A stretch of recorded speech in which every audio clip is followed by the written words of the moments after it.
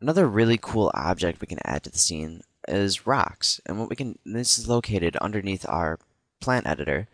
And what we can do is just go ahead and click on this button and it'll create a rock. And if we click on it again, it'll create another one.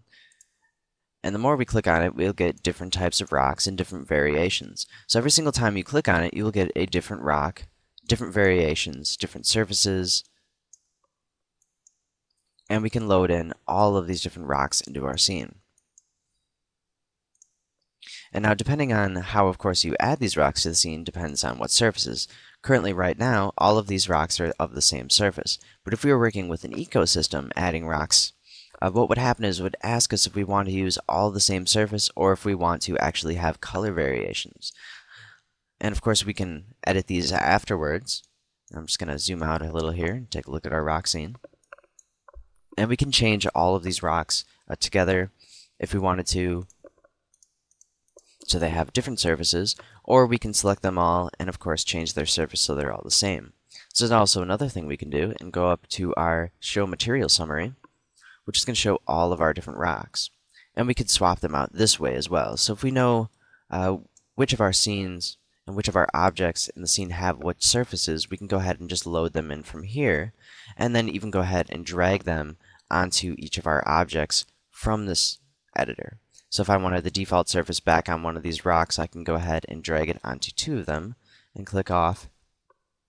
And now we have these two default rocks right here. Of course, you can't really see it very well in the preview because our sun is very low in the sky. So I'm going to go ahead and pull that up. And let's take a look at our preview render. And even in the preview, we can see the coloration differences. Then we have our default rocks, and then of course our other ones that we have added with the original surface.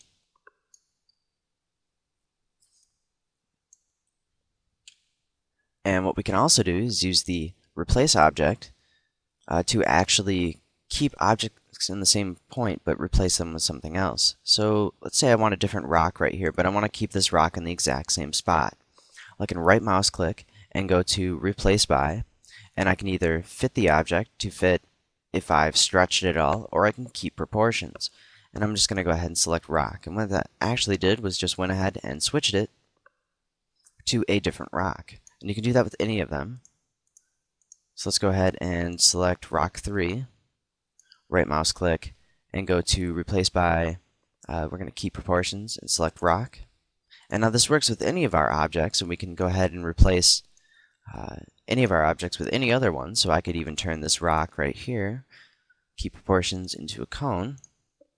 So this works with any of the objects, but if you are working with rocks, it works especially well because this way you can keep sort of the same shape that you want or the same size, but still get a different type of rock if you're looking for a different variation.